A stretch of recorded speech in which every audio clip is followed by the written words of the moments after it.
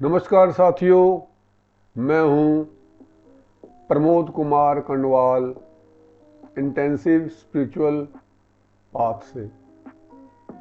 भगवान ने कलयुग को इस उद्देश्य से बनाया है ताकि जीव का जल्दी से जल्दी कल्याण हो जाए। उसके द्वारा किए गए थोड़े से भी पुण्य कार्य का फल महान से महान हो जाए। मनुष्य को भगवान के इस प्रयोजन का लाभ उठाना चाहिए। इसके लिए उसने अपने नाम में ही सारी शक्ति उंडेल दी है। यदि हम सभी युगों की तुलना करें तो हम पाएंगे कि कलयुग के अंदर परमात्मा को पाने का जो नाम जप का साधन हमें मिला है वह सबसे ज़्यादा सरल तथा सुलभ है, जिसे किसी भी समय किसी भी स्थान में बिना किसी विधि विधान से किया जा सकता है, जो कि आज की तारीख में हमारे लिए बहुत उपयोगी है तथा वरदान के समान है। क्योंकि हर व्यक्ति आज की तारीख में मशीन बन चुका है, सबके पास समय की बहुत ज़्यादा कमी है।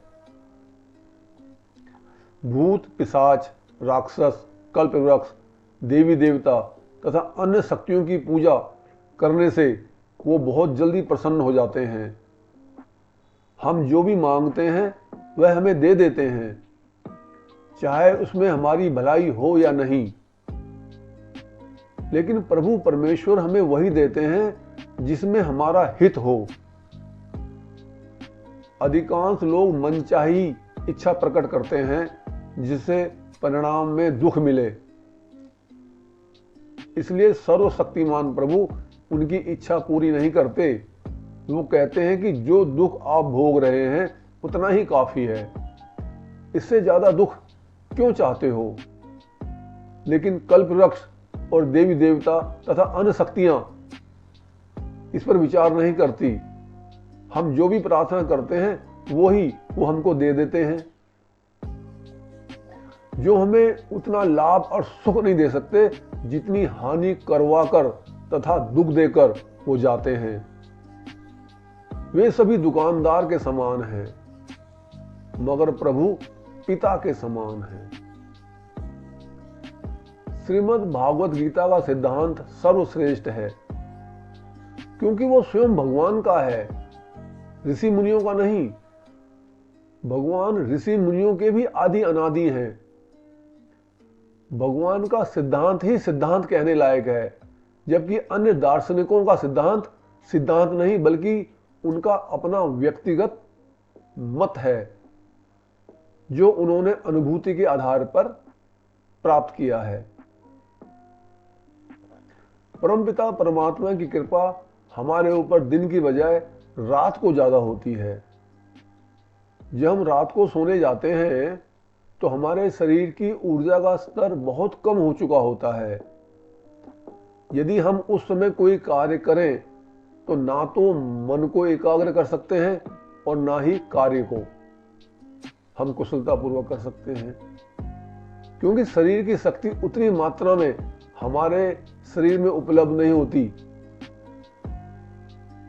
जब हम रात को सो जाते हैं तो उस समय परमपिता परमात्मा हमारे शरीर के अंदर ऊर्जा भर रहे होते हैं। यह प्रक्रिया तब तक चलती है जब तक हम सो रहे होते हैं। तो जब हम सोकर सुबह उठते हैं तो पूरे ऊर्जावान होते हैं। जिनकी नींद बिना स्वप्न के पूरी होती है वे अधिक ऊर्जावान होकर उठते हैं। अब हम दिन भर कोई भी कठोर कार्य जो हमें शरीर से करना है या मानसिक कार्य जो हमें मन मस्तिष्क से करना है, उसके लिए हम पूरी तरह से तैयार होते हैं। तो इसका अर्थ यह हुआ कि दिन भर हम जो कार्य करते हैं उसके अंदर हमारी ऊर्जा खर्च होती है, यानी कि हम शक्तिहीन हो रहे होते हैं। और जब रात को सो रहे होते हैं तो हम शक्तिमान हो रहे होते हैं। इससे सिद्ध होता है कि हम दिन भर में जो भी शारीरिक तथा मानसिक कार्य सफलतापूर्वक करते हैं वो प्रभु द्वारा हम पर रात को की जा रही कृपा के कारण ही संभव हो पाता है। यदि हम गहराई से अध्ययन करें तो पाएंगे कि प्रभु ने हमारे ऊपर कितनी गहराई से कृपा की है। उसने पृथ्वी गोल बनाई ताकि अपनी धुरी पर लगातार घूमती भी रहे और आधे भाग में दिन रहे और आधे भाग में रात, ताकि एक समय में ही पूरी दुनिया सोने ना चली जाए। आधे जागते रहे, आधे कार्य करते रहे और विकास कार्य 24 घंटे चलता रहे। यदि आपको संदेश ज्ञानवर्धक और उपयोगी लगता है तो आप चैनल को सब्सक्राइब करें, वीडियो को लाइक कमेंट भी कर सकते हैं ताकि रिलीज होने वाली सभी वीडियो का नोटिफिकेशन आपको मिलता रहे। गुरु भगवान सबका कल्याण करें।